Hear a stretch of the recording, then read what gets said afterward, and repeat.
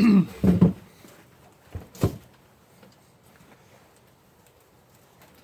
Fifth. Let me get situated here.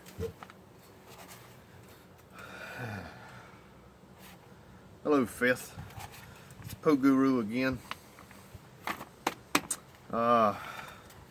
Adding on to who is Poo Guru. This is what's happened in 2018 so far. So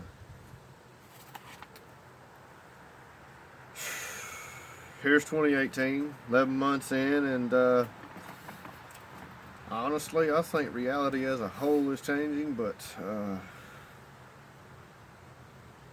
specifically my reality. I ain't saying, it's some weird science fiction movie, aliens coming and all kind of crazy mess like that. No, it's society's perspective, humanity's perspective, I should say. I think there's going to be some shifting coming pretty soon, which, if you look back at history, you understand that that kind of stuff happens. But yeah, my reality, I know my reality has changed and is changing, and I kind of want to give you guys an update. So I'm gonna give you a right now. This is me. This is glasses off, hats backwards, piss and vinegar, bare knuckle, bar brawl, in your face, no regrets, Poo Guru. No filter. So if you can't handle that, go ahead and kick rocks and just turn the video off, because the rest of this is going to be pretty brutal. God, where to begin? I guess around January 1st. That'll begin the 1st of 2018. Let's start with that.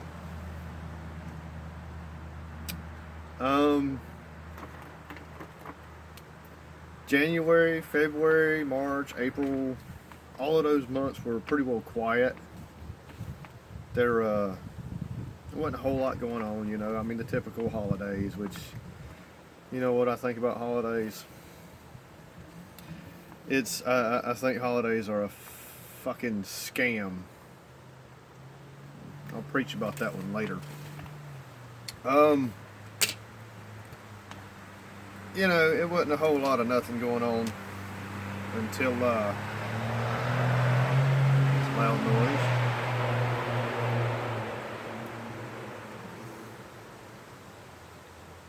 Perfect time to take a sip of coffee. Some asshole being loud with their dumb ass truck. Things were pretty quiet, and a buddy of mine, which I am proud to say that he has quit drinking. He alcoholism runs in his family, but he's managed to be sober for more than a year now. And truth be told, guys, I've seen a lot of positive changes in his family, not just him, his entire family, and it's amazing, what kind of changes one person can impact on a lot of people. There's been a lot of that happening this year. So long story short, he quit drinking. He made some changes to his life. He got a new job through his wife. Knows a guy type situation. And he seemed to like it there, and I told him, I was like, dude, I said, if y'all need somebody up there, I said, I'm interested. I said, let me know. Talk to whoever you need to talk to and see if they need an extra guy. If they do, cool. I'll come up there and I'll talk to somebody. So, a couple months of that, one thing led to another. I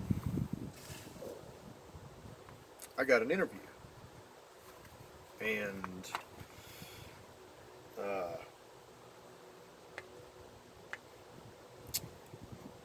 in the midst of that interview, it was agreed upon that I'd be on like a month trial.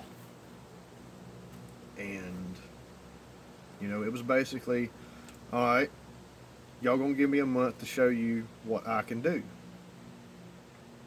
I said, at the end of that month, you're gonna show me what you can do. So we agreed upon an initial hiring price for that month, and then part of the stipulation was at the end of that month, if I held up my end of the bargain, then I got a raise. You know, I mean, hey, I feel like I was worth it. So, but so I started work there roughly the first part of May, and it's an oyster company of all things, and I don't even like oysters. Oddly enough, I've tried them a couple times, and yeah, I know everybody says you go try them fried. You know what? I've tried them. I didn't like them either time. I'm not going to try them again. You pressure me, I'm just going to tell you to go get fucked and get out of my face. So don't like oysters, but you know I like working there. It's I like the atmosphere of the people. I like the challenge of it. The particular facility that I work at is our main shipping hub, and it was purchased from an old seafood factory that, you know, processed a whole bunch of different things, and has been in the works for a little while to get converted. So, you know, hey, I was like, you know what, I can bring my skills to the table, maybe I can help out. So yeah, I got hired on. I worked my month. I made quite a few improvements to the place that you know, were needed, and morale improved. Oddly enough, you know, a whole bunch of things, and there was a little bit of debate, but eventually I was right. I got my raise. I went through my 1 month period, and you know, once that was it, shoot, man, it was on like Donkey Kong. So I just let loose, and you know, I started working a bunch of hours. Blew through May, blew through June. Mom's birthday came around, you know, and shortly thereafter, I was at work on a Tuesday in July. Tuesday, July the 10th, I believe, if that's not bad mistaken. And I was at work. It was pretty freaking hot. You know, I was drinking water, you know, worked through all the morning. Started feeling a little bit bad. And I was like, you know, maybe this is a little bit indigestion. Maybe I'm a little bit dehydrated. So I was like, all right. So I started feeling bad, and it felt like heartburn, really and truly, to begin with. And this is right after I ate lunch at about 11:30, somewhere in that vicinity. And I've told this story a million freaking times to the doctors, and I guess they wanted to make sure my story was consistent, make sure nothing changed, make sure it didn't add to or take away from. But you know, I told them what I had to eat.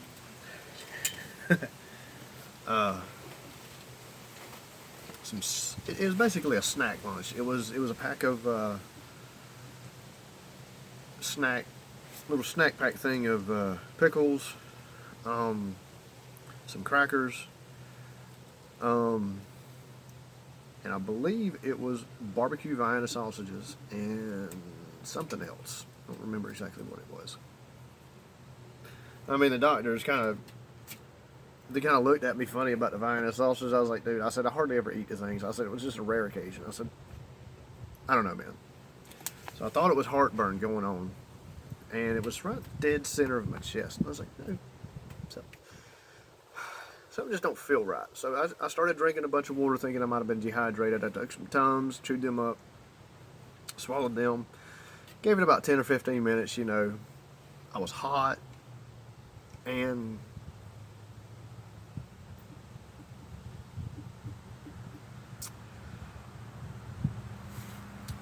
the backs of my arms, both sides, and across my shoulder blades, or kind of underneath my shoulder blades a little bit, and then I want to say the backs of my neck a little bit, but not really. It was more right in this, like the bottom of my jawline started hurting. I said, this is weird. I haven't really ever had a sensation like this before. I was like, oh. I said, I wondered. I said, maybe I've got to poop. So I went and sat on the porta-john, and that was probably the worst fucking thing I could have done. But I went and sat on the porta-john and tried to poop. Nothing happened. And I kept feeling worse. And I sat there for a little bit thinking, oh God, what the hell is going on with me? I'm thinking, I don't know what this is. I need to go get some help. At this point, it was about 30, probably 25 to 30 minutes after I had finished lunch. And so it was roughly noon. And the pain kept getting worse.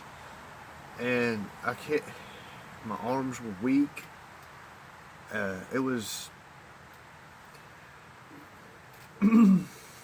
It felt like my fist. If somebody took just that much of my fist and turned it into a molten ball of lava and stuck it inside my chest. Inside. That's what it felt like was inside my chest. Now, it ain't heartburn, folks. That's something totally different. So, somehow, I mustered up the fucking energy and willpower to go from where I was at work. Now, yeah, mind you, I was at work this whole time, and I just got through eating lunch. And I had eaten lunch in the tool room where I'm working at. And I'll explain that a little bit later, but that's more work-related stuff. But I was in the tool room eating lunch, and you know, all this started happening, and so I was trying to cool off. I was in front of a big old fan. Nothing was helping, not the Tums, nothing. So I started walking around the facility, walking towards the office through the facility, thinking, you know, okay, maybe one of the other guys will see me, and I can be like, guys, you got to get some help. So I did. I started walking around, and I finally seen the guy that started working at the facility before I did, that got me, you know, the interview to hire on. I said, dude, help. He looked at me and he's like, oh my God, are you okay? I said, no. He said, you look like you've gotten too hot. I said, something's wrong. He said, all right, go sit in the office. And I don't know what he was doing, but I went to go sit in the office, and he went to go finish up what he was doing. I guess he was on a task doing something or other. But you know, I went to the office, and a couple of the other people were around the office area, and they looked at me and they're like, "Are you all right?" I was like, "No." I said, "Something's wrong." So they took me inside the office where it was a lot cooler and sat me down, and then the other guy came in and he's like, "Holy shit, dude, are you okay?" I said, "Man, I don't know." And I started telling them what was wrong with me about the chest pains and not really pains, but it was more like the fire and the pain up the backs of my arms. And they're like, "We think you're having a heart attack. Do you want to go to the hospital?" I said, "Yes, I want to go to the hospital." And at this point, I'm sitting here in this chair, just pretty much like I am now. And I'm conscious. I stay conscious through everything.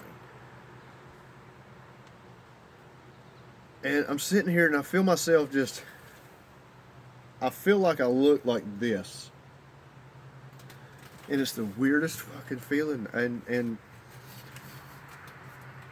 I think at that point, they realized something was wrong. And they're like, all right, go get the van, crank it up, get the air going. We need to take him somewhere. And so it was about all I remember of that. I vaguely remember getting in the van, the company van, and them taking me to the urgent care. Like I said, I never lost consciousness, but I was so out of it. And so they got me to the urgent care, and I started telling the people exactly what was going on with me, and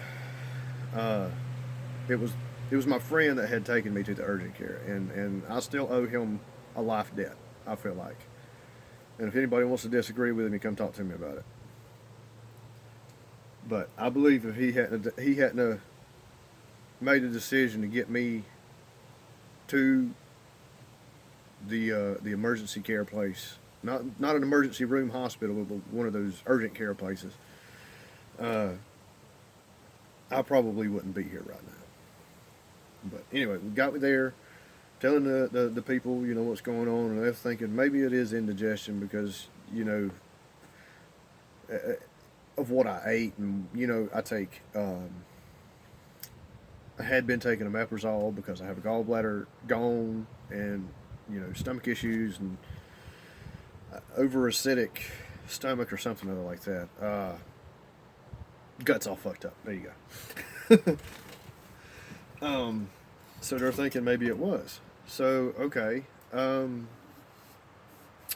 Well, I said, but on the off chance, what if it is a heart attack, Because I just kept telling them, they're like, maybe it is, So I wasn't,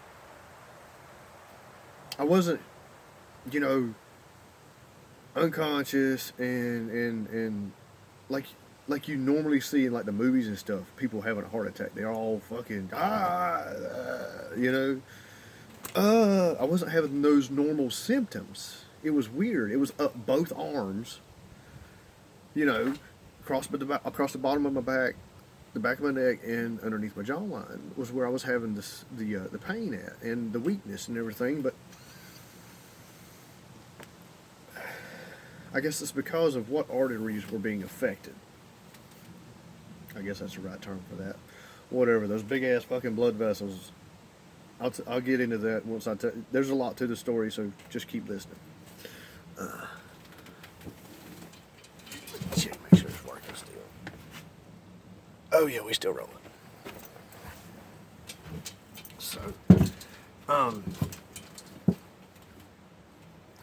So they start checking me for a particular enzyme. Now, it's a medical term. I have no idea what the name of this enzyme is, but it's one that only appears whenever you're having a cardiac event, and it's something to do, I guess, your body's reaction to it. And if you have a mild cardiac event, it shows up then. But man, it took mine, I think it took mine almost 10 hours before it finally showed up. And when it showed up, by God, it showed up in force. They're like, oh yeah, you're having a heart attack. So the urgent care people sent me to the hospital just up the road. I'm like, okay, all right, well, we're gonna get you situated here. Wait, let me back up a little bit. Went to the urgent care. The urgent care people were like, all right, look, you look like you might be having a cardiac event, so we're going to send you to the hospital. So they sent me to the hospital, and then the hospital's emergency room cardiac guys were checking me out, and that's when they found that enzyme was elevated. This was about 8 to 10 hours later. So this was already well into the evening by the time they figured out I was having a heart attack. And so they gave me a nitro pill and a nitroglycerin pill, which basically all it does is makes every single blood vessel in your body open up. Uh, and that's why some people get migraines whenever they take a nitroglycerin pill or a headache, because it opens up every single one of them. And I don't know what the connection is really here, or why that makes you have a headache, but doctors explain that to somebody else if they have a question. I don't care. Do it in the comment section or something. Don't bug me about it. Don't care. But I did start getting a little bit of a headache whenever they gave me that nitro pill, and they're like, yeah, that's normal. Okay. All right, good. I'm good. So it actually started alleviating all the symptoms down the back of my arms and this and that and the other, and the pain started going away there a little bit. And they're like, okay, yeah. So that was the nitro pill. That took about 2 or 3 hours before all that started helping. And they were like, all right, look, we're going to ship you to a bigger hospital where they have, specifically cardiologists and this and that and the other, yada, yada, yada. So about 3 o'clock in the morning, I hopped in another ambulance. Down the road I went again. 2 ambulance rides. I'm taking donations if anybody wants to help pay my doctor bills too.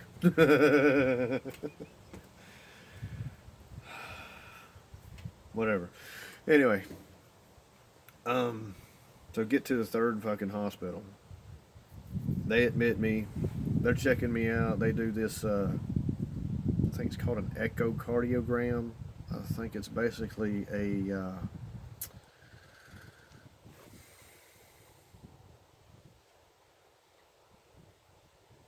ultrasound.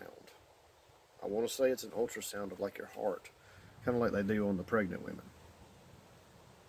Believe I'm right with that, but don't quote me. Anyway, they took pictures of everything of what my heart was doing, and there was one particular one that was doing, if it does less than 45%, that means that you're pretty much death's door. I want to say mine was down to like 35%. So they're like, all right, something is wrong. So they're like, we need to figure out what's going on with you. Like, all right, so they wanted to go in through the vein with the little wire, camera, dye, whatever that thing is that can fit inside the blood vessels that you see on the guys on TV doing. And so I was like, do I have any other choice? He's like, well, that or die. I was like, well, all right, I guess I ain't got much choice then, huh? So they got me prepped for that. That happened about 24 hours later, is whenever I laid down on that operating table with those guys, the cardiologist and whatnot, and they knocked me out. And normally they go in through the thigh artery, blood vessel, whatever, because it's super huge. But now they can go in through a big ass one of these right here. I guess the technology's improved, and they're like, we're going to try it here first, but we're going to prep you both places. I was like, oh, okay. So they started shaving my arm. I was like, uh-oh. He said, yeah, I know, man. Oh, no. Poor bastard. I was already under anesthesia at that moment and not feeling very well. So, half my nuts got shaved. So, whatever it is, what it is. They didn't have to use that one down there. They went in through my arm. And he went in, did his thing. They found out that my right coronary artery was 100% blocked with plaque buildup. And my left artery was about 60 to 70% blocked. And they believe what happened was a small piece of plaque broke off and traveled through to get to my right coronary artery, whichever way it flows, and got stuck there, which is what gave me the heart attack. Okay, so they took, while they were looking around, doing the dye test, figuring out where all the shit was fucked up. They took stents, little platinum wire mesh stents, and they took, I don't know, it was probably every bit of my finger and then some. That much, not as big around, but that long, probably about that much stent. That's what I've got in my chest now. That's what saved my life. Aside from the fact that, you know, I decided that I'm not going to lay down and fucking die. I'm going to go get help. Because something ain't right. Because I don't know what the hell's going on right here. So once I got that done, they kept monitoring me. I was in the hospital. Actually in the hospital for 4 days. 3.5 days. Yeah. Went in basically Tuesday at lunch to medical care and didn't get out until Friday morning, Friday afternoon of that same week.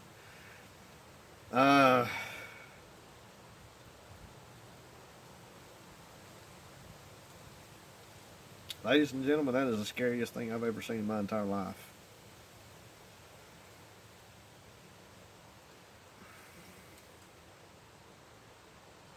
I had to take a month off of work.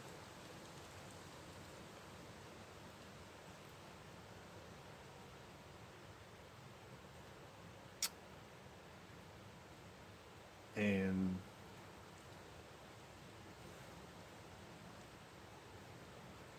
during that time, I thought about a lot of stuff in the midst of trying not to overexert my newly damaged, permanently damaged heart.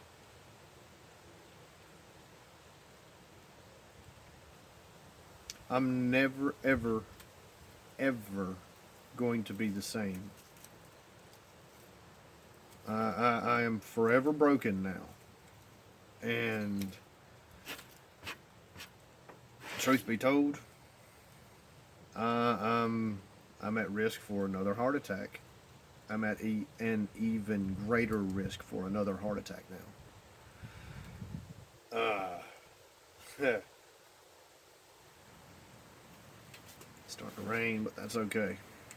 I may have to continue this on a separate video, but we'll go from there.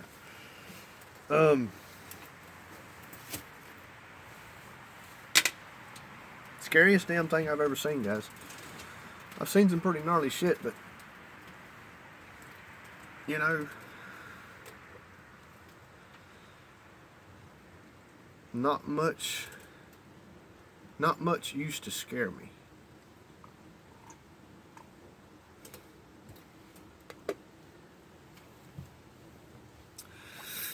Now, even less scares me. No, I ain't saying, oh, I survived death. No, I'm saying I got fucking lucky.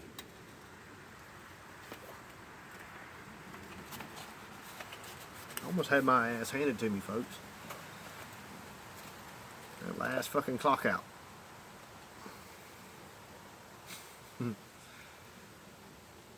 So,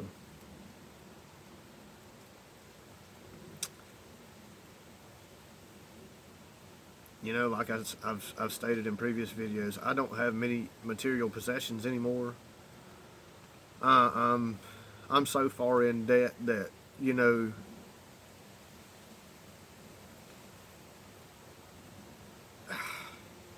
I don't know that I don't know that I'm ever going to be able to get out of debt.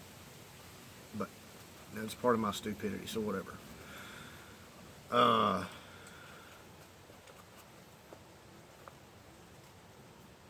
mean,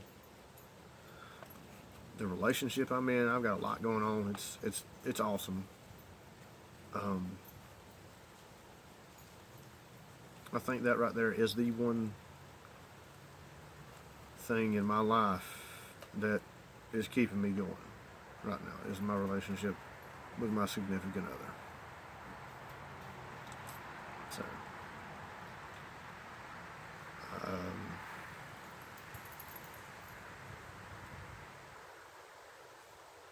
you know, my attitude has changed now. Once I got back and my reality, my new reality set in. It was a week or two after I got back to work. Once my new reality set in,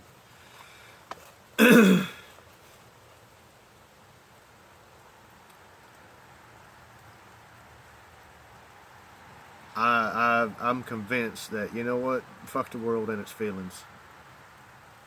I ain't hardly got nothing else to lose in this world, but what little bit I do have, I'm gonna fucking hang on to it, and you're gonna have to pry it out of my cold dead fucking hands, which could happen any fucking day now. But you know what? I'm gonna fight you till that day. So, some people are gonna hear this and be like, "What are you talking about?" It's if you don't recognize what I'm talking about, then apparently you haven't watched enough of the videos and you are on the wrong freaking chapter. So, that aside, I won't, you know, carry on about that. But I'm gonna do what I want that makes me happy. So, if you don't agree with it, then that's your problem. You've got two choices. You can either accept it and move on, or you can let it bother you. Not my problem. It's yours. You're the one that's getting bent out of shape over it. Remember I was telling you about getting fucking mad in earlier videos? Yeah. Don't get mad, guys. Ain't worth it.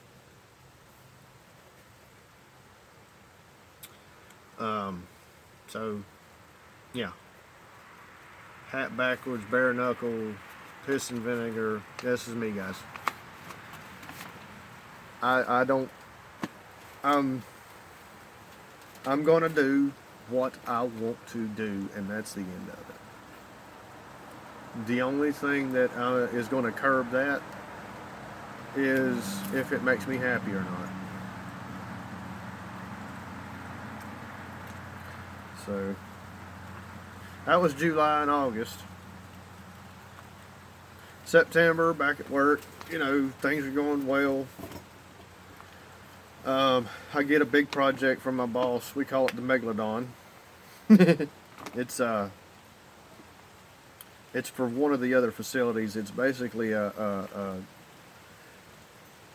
conveyor belt with some spray nozzles added to it to